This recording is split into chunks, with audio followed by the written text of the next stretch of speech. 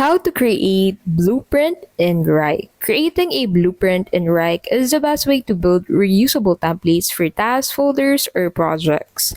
Blueprints help you standardize workflows like onboarding, campaigns, product launches, and more. So to do that, you need to click on this drop-down menu under Space, and then click on Blueprints from here. So that will take you into this section. So from here, click on this plus icon at the top right of your screen to add a new blueprint into your blueprint list. So in here, you can go ahead and select in between a task, project, or folder blueprint. So after that, you need to go ahead and name this blueprint. And then once you have named it, you can go ahead and proceed on clicking on this add and open button to save this. And then into this section, you can go ahead and customize your blueprint, such as add details like task descriptions, assignees, due dates, subtasks, and dependencies, custom fields and tags, and attachments and comments.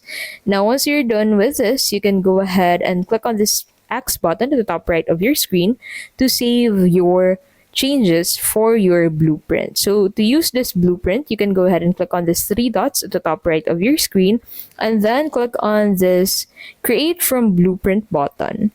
And that is how you can basically create blueprint in Wrike. If this video was helpful, please don't forget to give this video a like and subscribe for more videos like this.